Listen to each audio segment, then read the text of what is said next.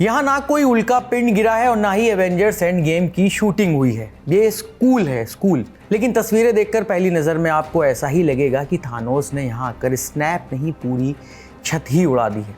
राजस्थान के डूंगरपुर से सामने आई हैं ये तस्वीरें। स्कूल के कमरे की छत भरभरा कर नीचे गिरी पड़ी है। मलबा क्लासरूम में फैला है, दीवारों पर टूटे हिस्सों के निशान हैं। और ये देखकर सबसे पहले सवाल यही आता है कि अगर इस कमरे में उस वक्त बच्चे होते तो क्या होता।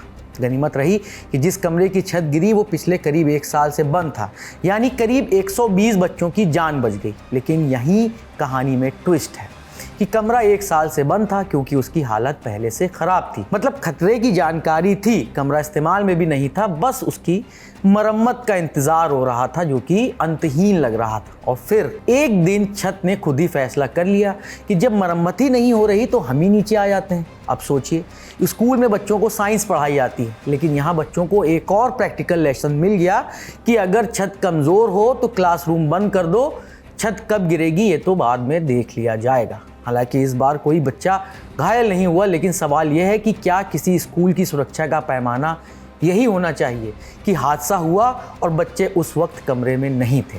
आज तक से जुड़े यशवंत सोनी के मुताबिक घटना सोमवार यानी 24 अगस्त की सुबह करीब 10 बजे की है। उस वक्त बच्चे अपनी अपनी कक्षाओं में पढ़ रहे थे, टीचर्स पढ़ा रहे थे। अचानक तेज़ आवाज़ के साथ बंद पड़े जर्जर कमरे की छत ढह गई। आवाज़ सुनकर बच्चे और टीचर घबराकर कमरों से बाहर निकल आए। स्कूल में ऐसे 2 कमरे हैं जो जर्जर बताए जा रहे हैं, जिनकी हालत एकदम खस्ता हो रखी है। सुरक्षा को देखते हुए स्कूल प्रबंधन ने दोनों कमरों को पहले ही असुरक्षित घोषित कर दिया था और करीब 1 साल से इनमें कक्षाएं नहीं लग रही थी।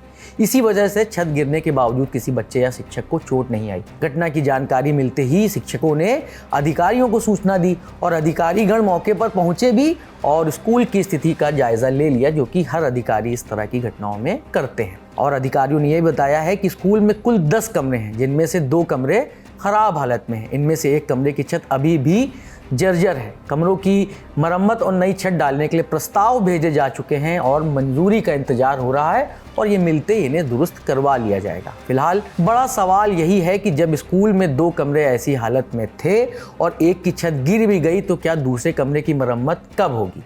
गनीमत रही कि बंद कमरे की छत गिरी, लेकिन घटना ने स्कूलों में जर्जर भवनों की सुरक्षा व्यवस्था पर सवाल जरूर खड़े कर दिए हैं। इस खबर में इतना ही। मामले पर आप क्या सोचते हैं, आप अपनी राय हमें कमेंट में शेयर कर सकते हैं। शुक्रिया।